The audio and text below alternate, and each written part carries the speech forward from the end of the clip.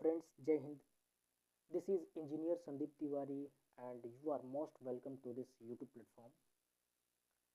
Friends, in this video we will discuss about the combination of resistance. इसके साथ साथ galvanometer, voltmeter और ammeter जैसे उपकरणों को भी समझेंगे। दोस्त, तिरंगा सीरीज के अंतर्गत चल रहे भौतिकी का यह 17वां भाग है। तो चलिए बिना देर किए वीडियो को शुरू करते हैं। इससे पहले यदि आप चैनल पर नए हैं या फिर बिना सब्सक्राइब किए देख रहे हैं तो कृपया करके चैनल को सब्सक्राइब कर लीजिए। कॉम्बिनेशन ऑफ रेजिस्टेंस यानी प्रतिरोधों का संयोजन।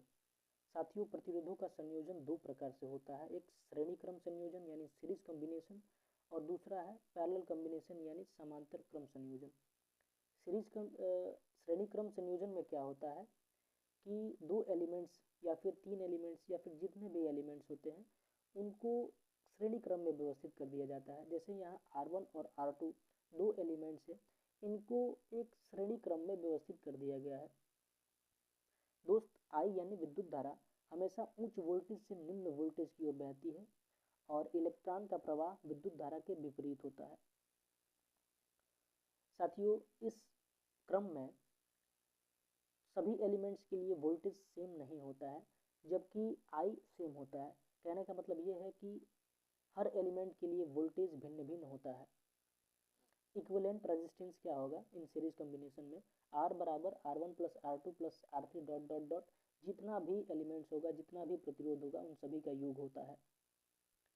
साथियों, लगे हाथ अमीटर के बारे में जान लेते हैं और गैल्वेनोमीटर के बारे में जान लेते हैं।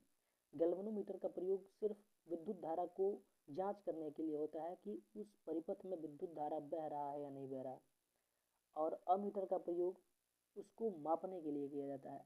अमीटर हमेशा विद्युत धारा को मापने के लिए किया जाता है और यह सीरीज कॉम्बिनेशन में लगाया जाता है। एक आदर्श अमीटर का रेजिस्टेंस 0 होना चाहिए। आगे है पैरेलल कॉम्बिनेशन यानी समांतर क्रम संयोजन।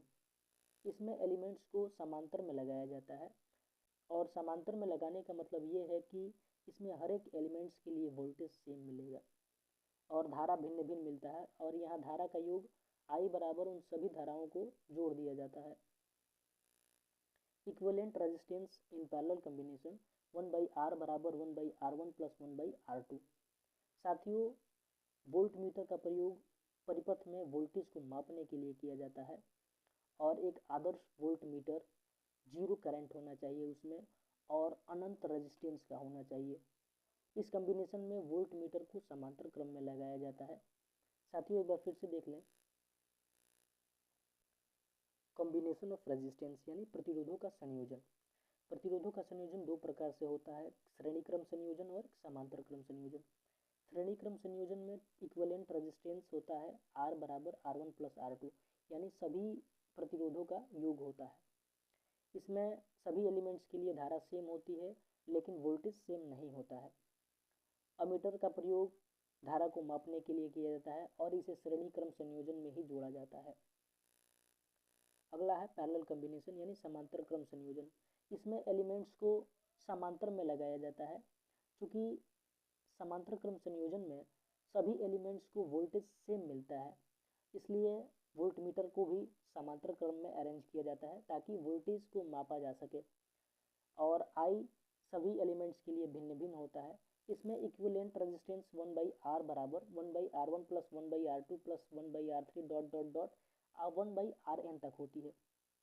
एक आदर्श यानी आइडियल वोल्टमीटर 0 करंट होना चाहिए और इनफाइनाइट रेजिस्टेंस का होना चाहिए। तो ये रहा साथियों आज का हमारा वीडियो। ये वीडियो आपको कैसा लगा एक लाइक और कमेंट के माध्यम से ज़रूर बताएं। अगले दिन यानी कल ओम्स लॉ के बारे में हम समझेंगे। तब तक के लिए जय हिंद, जय भारत।